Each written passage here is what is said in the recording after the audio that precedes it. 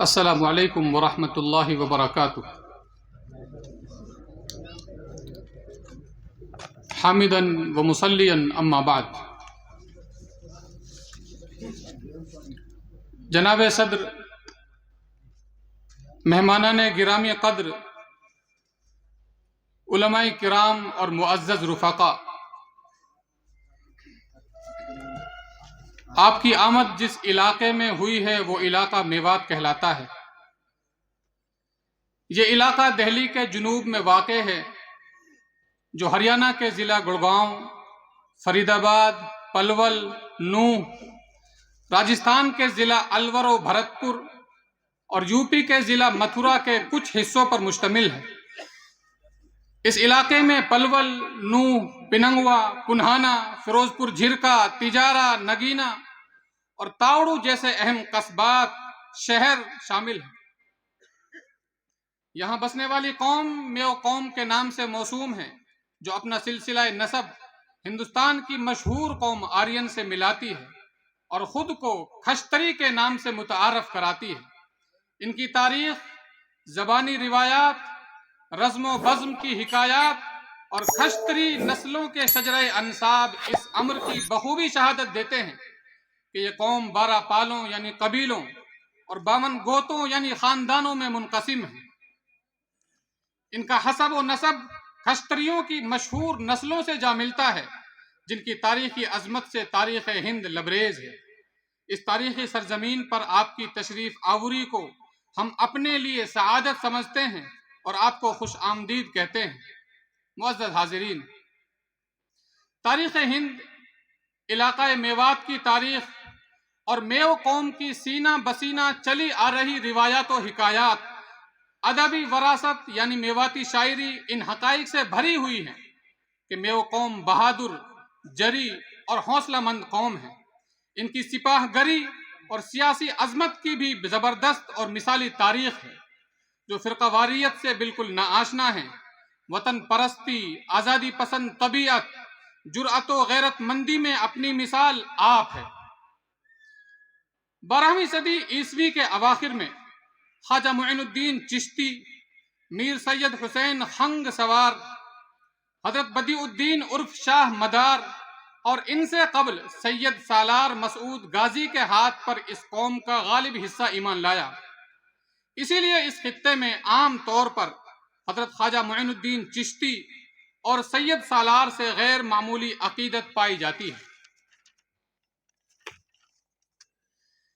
چشتی سلسلے کے دوسرے بزرگ صوفیاء میں حضرت شیخ حمید الدین ناگوری 901 ہجری، حضرت شیخ احمد شیبانی نارنولی 1521 عیسوی، حضرت شاہ چوکھا 972 ہجری اور حضرت شیخ موسیٰ 833 ہجری وغیرہ قابل ذکر ہیں، جن کی اسلامی خدمات کا بڑا اثر اس علاقے میں رہا ہے۔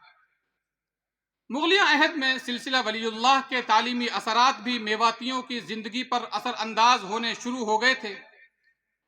چنانچہ حضرت شاہ عبد القادر دہلوی اور حضرت شاہ عبد القادر دہلوی اور حضرت شاہ عبد العزیز دہلوی کے شاگردوں نے میوات میں اصلاحی و تعلیمی کام کرنا شروع کر دیا تھا۔ ان حضرات میں مولانا محبوب علی دہلوی، مولوی حیدر علی ٹونکی، شاہ محمد رمضان مہمی اور شاہ اسماعیل مہمی نے میواتیوں کی زندگی پر غیر معمولی اثرات ڈالے۔ انہی حضرات سے متاثر ہو کر میواتیوں نے تحریک شہیدین میں بھی شرکت کی۔ معرکہ بالا کوٹ کے بعد جب مجاہدین بکھر گئے تو کچھ میواتی مجاہدین بھی علاقے میں واپس آ کر تعلیمی کاموں میں مصروف ہو گئے، جن میں حاجی عبداللہ میواتی اور کریم اللہ میواتی کے نام قابل ذکر ہیں۔ حاضرین کرام، میوات میں ایسے حضرات بھی ہوئے ہیں جنہوں نے شاہ عبد العزیز اور شاہ عبد القادر کے آستانے سے براہ راست استفادہ کیا۔ ان میں حضرت میاں راج شاہ میواتی کا نام قابل ذکر ہے۔ میاں راج شاہ نے شاہ رمضان مہمی اور شاہ اسماعیل مہمی سے بھی کسب فیض کیا اور شاہ اسماعیل مہمی کے مائے ناز خلفاء میں ہوئے۔ ان کے نام پر میوات میں صوفیہ کا ایک سلسلہ چل نکلا جو راج شاہی سلسلے کے نام سے مشہور ہوا۔ اس سلسلے کے مریدوں میں منشی نصیب خاں، ولی جی اور چودھری یاسین خان میو وغیرہ بہت مشہور ہوئے، جنہوں نے 20ویں صدی کے اوائل میں اہل میوات کو عصری تعلیم کی طرف متوجہ کیا۔